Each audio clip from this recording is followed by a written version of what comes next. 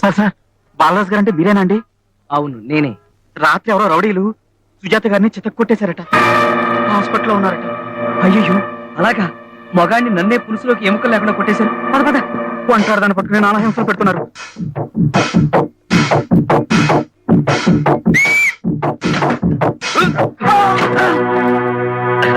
నేడే చూడండి మీ అభిమాన థియేటర్ పద్మశ్రీ పిక్చర్ ప్యాలెస్ లో దెబ్బకుట్ట దొంగల ముఠ, దెబ్బకుట్ట దొంగల ముఠ, వీరోచుల పోరాటాలు, కొత్త కొత్త ముష్టి యుద్ధాలు.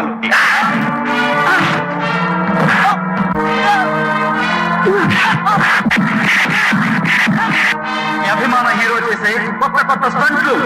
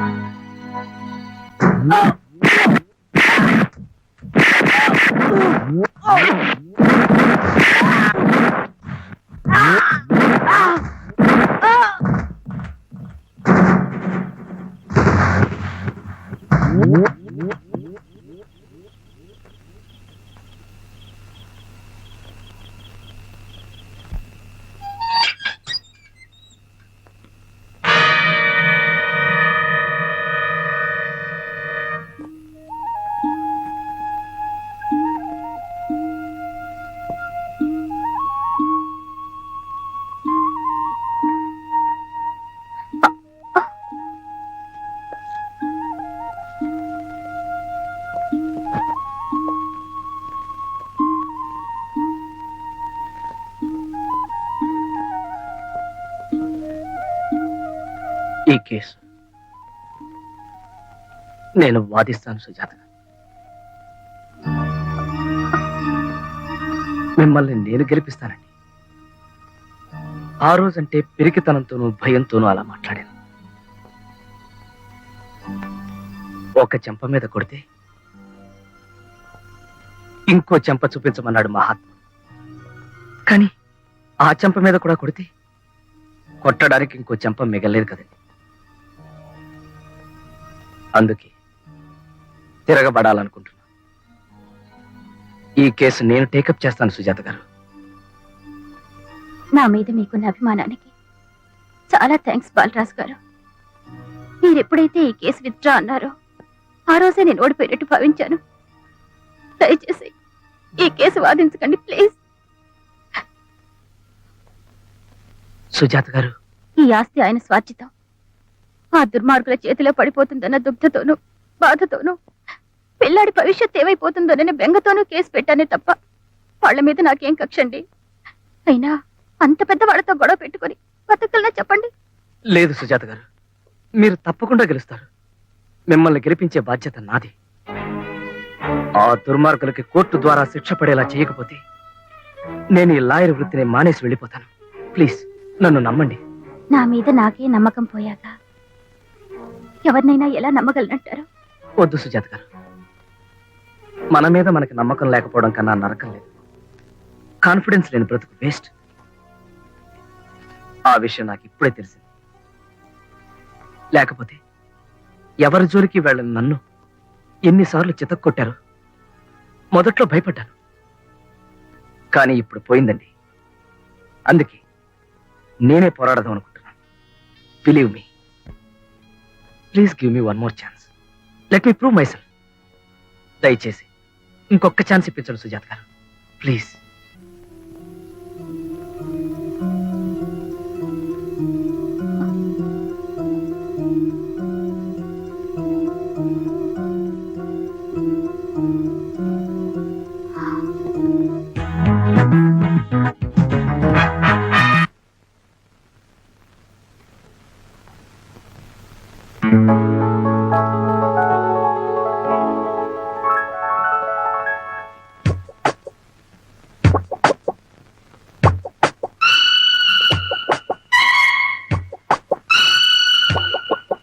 కృష్ణ,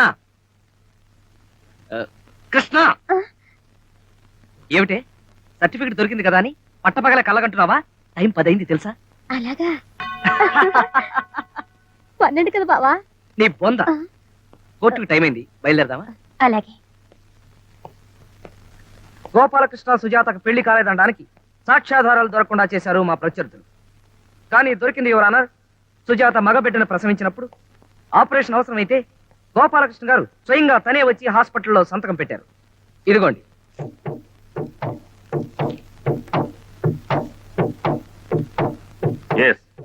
ఇది గోపాలకృష్ణ పెట్టిన సంతకమే.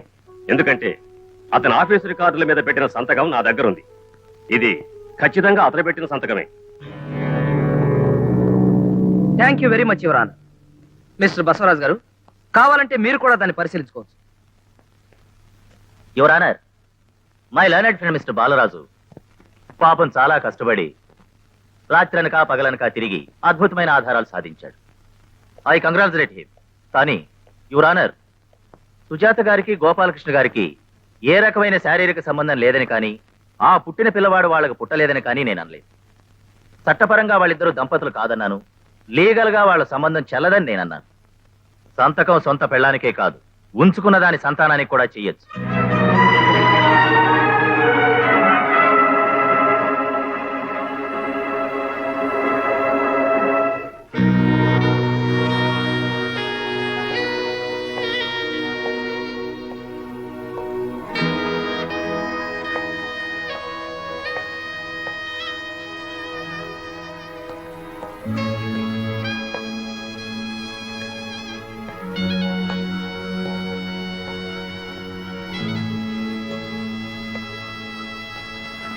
డోంట్ వరీ బావా, ఆ బసవరాజు గారి అదృష్టం బాగుండి ఆ పాయింట్ పట్టుకున్నాడు. లేకపోతేనా కోర్టులో దులిపేవు. నువ్వు నోరుమై. అతను అంత తేలిగ్గా అంచనా వేయకు. మనమే ఏదో ఐడియా ఆలోచించాలి.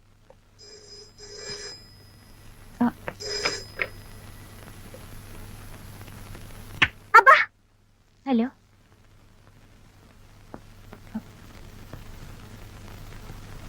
ఒక్క నిమిషం. బసవరాజు గారు. హలో, నమస్కారం అండి. ఏమిటయ్యా నమస్కారంలో నీరసం వినిపిస్తోంది? ఒంట్లో బాగుండలేదా? అబ్బే లేదండి, బానే ఉంది. సరే, సాయంత్రం ఒకసారి ఇంటికి వస్తావా? పార్టీ ఉంది. అన్నట్టు నీతో పాటు నీ క్లయింట్ సుజాత గారిని కూడా తీసుకురా.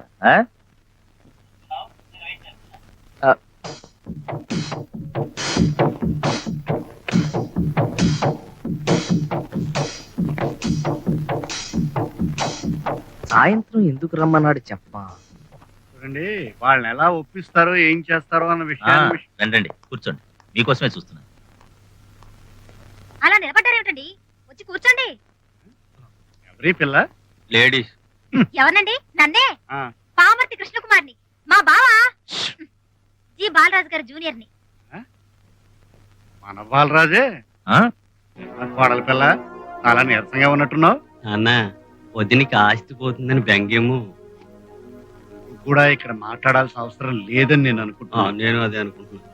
సి మిస్టర్ బాలరాజు, మిమ్మల్ని ఎందుకు పిలిపించామంటే ఈ గొడవ గోళ లేకుండా హాయిగా కాంప్రమైజ్ అవ్వమని చెప్పడానికి. ఈ అమ్మాయి ఇన్ఫర్మ్స్ ఎలాగూ చూసుకోలేదు. కాంప్రమైజ్ అయితే ఈవిడికి సరిపడేంత డబ్బు ఎలాగూ ముట్ట చెప్తారు. ఎందుకా మీరు పిలిపించింది? అసలే ఆకలి దంచేస్తుంది. మీరేదో పార్టీ ఇస్తామని ఫోన్ లో అన్నారు కదా, అదేదో ఇచ్చేస్తే త్వరగా పుచ్చుకుని వెళ్ళిపోతాం. అమ్మాయి చాలా ఫాస్ట్ గా ఉంది కదా డాడీ. ఫాస్ట్ ఏంట్రా, అందరూ మనలాగే స్లో మోషన్ లో ఉండరు. నేను అదే అబ్బా చూడమ్మా, నువ్వు మరీ ఫాస్ట్ అయిపోతే ఎక్కడో స్పీడ్ బ్రేకర్ తగులుతుంది, ఆ తర్వాత దెబ్బ అయిపోతావు, తర్వాత నీ ఇష్టం. మేము ఇక బయలుదేరుతామండి. బయలుదేరు బాబు, నీకెన్ని పనులు ఉన్నాయో నాకు తెలియకనా. కేసులు, సాక్షులు, జూనియర్ లాయర్లు, గోల. కాకపోతే వెళ్లే ముందు ఒక్క క్షణం ఆగావంటే మా కోడలు పాత స్నేహితులు పరిచయం చేస్తాను, నీ కేసుకి ఏమైనా ఉపయోగించవచ్చు.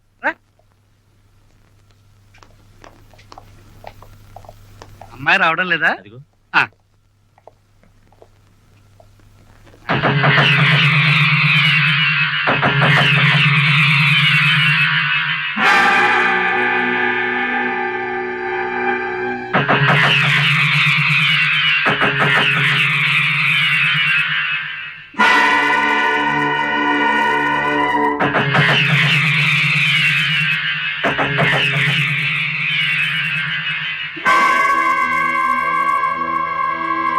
ఏమిటమ్మా సుజాత అలా తెల్లబోతున్నావు?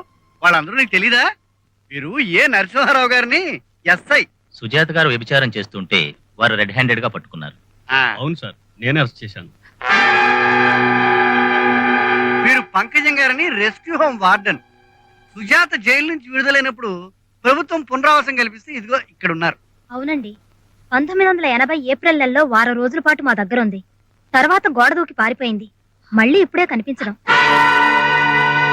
ఇకపోతే వీరు డాక్టర్ ప్రభాకర్ రెడ్డి, సైకియాట్రిస్ట్.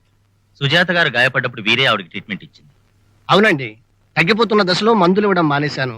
ఆ తర్వాత మళ్ళీ ఆవిడ నా దగ్గరకు రాలేదు. ఏమ్మా సుజాత, ఇందులో అబద్ధం ఏం లేదు కదా? పైగా వీళ్ళందరూ గవర్నమెంట్ ఉద్యోగులు, అనవసరంగా కేసులు ఎందుకు ఇరుక్కుంటారమ్మా? సుజాత గారు, అదండి విషయం. అంచేత బాలరాజు, ఈ సుజాత మా వాడికి పెళ్ళం కాదు, పోతే కొంతకాలం కాపురం వెలగబెట్టింది. అందుకు కావాలంటే ఏ 25,000 ముట్ట చెప్పమంటే ఓకే, కానీ ఆస్తికి ఎసరు పెడతానంటే కరెక్ట్ కాదు కదా. నీకు కూడా నా హెచ్చరిక ఏమిటంటే మర్యాదగా ఈ కేసుని తప్పుకో. నేను కనిపించినంత మంచివాడిని కాదు బాబు. అసరాజు ఆ, చెప్పయ్యా. చూడు తమ్ముడు, నీకు ఇలాంటి కేసు కొత్త. శరభయ్య గారు ఎంత డేంజరస్ మనిషో తెలుసా? అనుకుంటే తలలే తీయించేసే తత్వం. పైగా నువ్వేదో దేశ సేవ చేస్తున్నట్టు ఫీల్ అయిపోతావేంటి ఒక పచ్చి వ్యభిచార కేసు పట్టుకుని? ప్లీజ్ వదిలే, ప్లీజ్.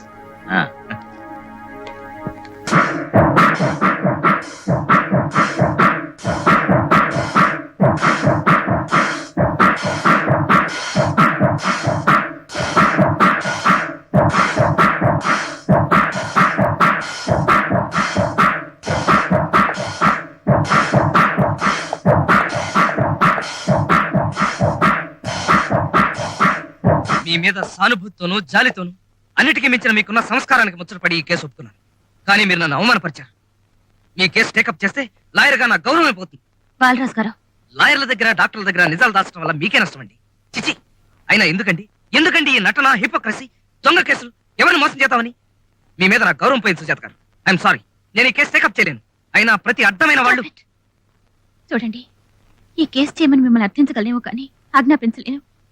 నేను చెప్పేది కూడా కాస్త విని నిజానిజాలు మీరే నిర్ణయించండి. విన్న తర్వాత మీ అభిప్రాయం మారకపోతే మీరు కూడా వాళ్ళలాగే చేయని వెళ్ళిపోండి. కానీ వినండి ప్లీజ్, నేను చెప్పేది మాత్రం నిజం. నేను కానాథని, లిటిల్ ఫ్లవర్ కాన్వెంట్ లో చదువుతూ పెరిగాను. నన్ను ఫాదర్ గేబ్రియల్ అత్యంత ప్రాణప్రదంగా చూసుకునేవారు.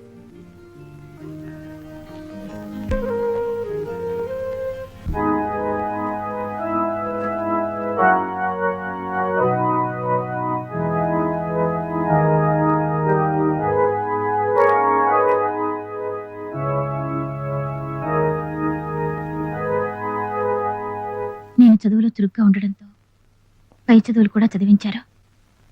అకౌంటెన్సీలో డిప్లొమా పుచ్చుకున్నాక ఒకరోజు అకౌంటెంట్ పోస్టుకి ఇంటర్వ్యూ వచ్చింది. ఇంటర్వ్యూ జరుగుతున్న ఆ హోటల్కి వెళ్ళాను.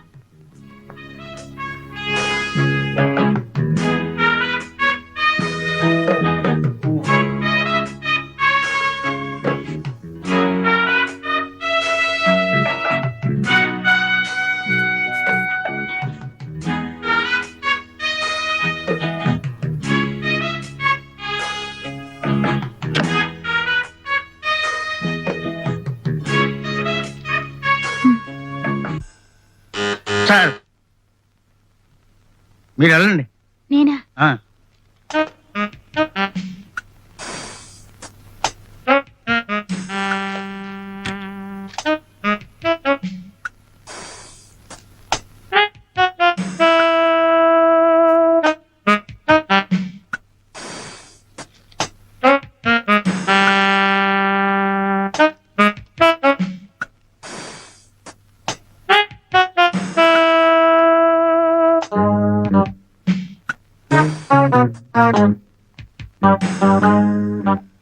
మిస్టర్ సూరిబాబు సార్ వచ్చిన క్యాండిడేట్స్ లో నలుగురు సెలెక్ట్ చేశాను.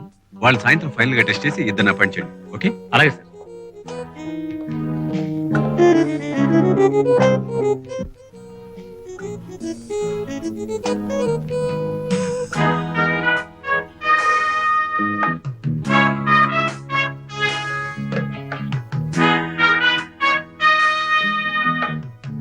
మేనేజర్ గారు మిమ్మల్ని పిలుస్తున్నారండి.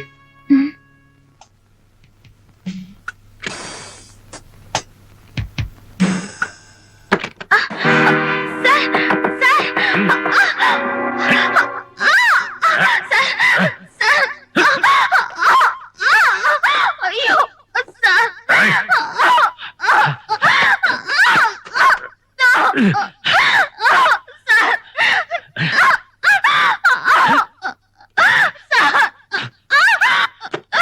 హోటల్లో పోలీస్ రైడింగ్ జరుగుతుంది సార్. నిజమా?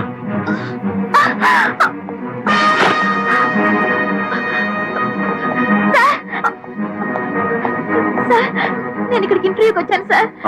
బాగా జరిగిందా? అది కాదు సార్, వాళ్ళు నాకు జైలు శిక్ష వేసి రెస్క్యూ హోమ్ కి పంపారు. కొన్నాళ్ల తర్వాత విడుదల చేశారు. ఫాదర్ దగ్గరికి వెళ్ళడానికి మొహం చెల్లక, ఎటు వెళ్లాలో తోచక, దిక్కులేని దానిలా ఓ రాత్రిపూట వెళ్తుండగా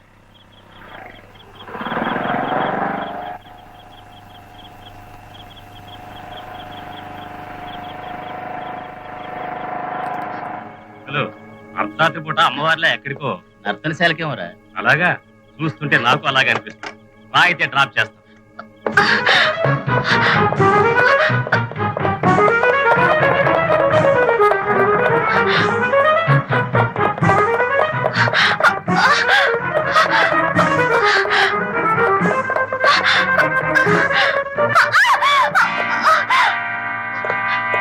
వద్దండి,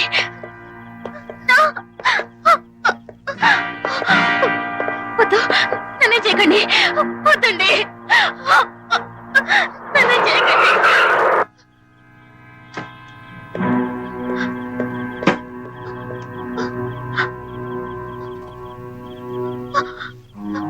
వద్దు, నన్నే చేయకండి, వద్దు.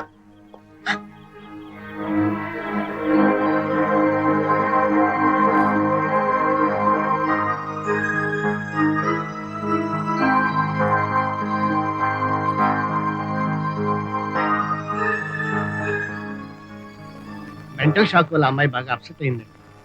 కొన్నాళ్ళ అబ్జర్వేషన్ లో పెట్టి. Okay sir. ఆయన తరచూ ఆసుపత్రికి వచ్చి నన్ను పరామర్శిస్తూ ఉండేవారు. కండిషన్ ఇప్పుడు చాలా బెటర్. మీరు తీసుకువెళ్ళిపోవచ్చు. Thank you doctor. It's all right sir.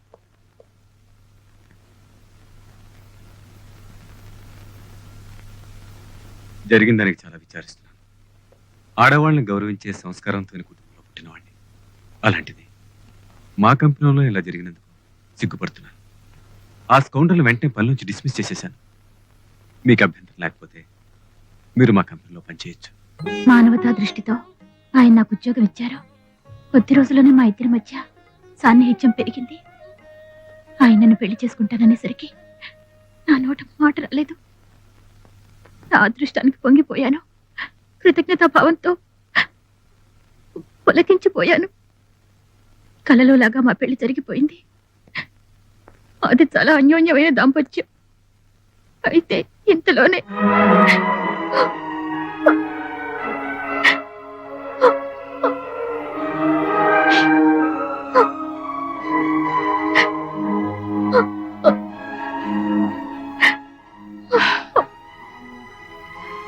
నన్ను క్షమించండి. నిజానిజాలు తెలుసుకోకుండా మీ మీద పడిన నిందని నమ్మాను.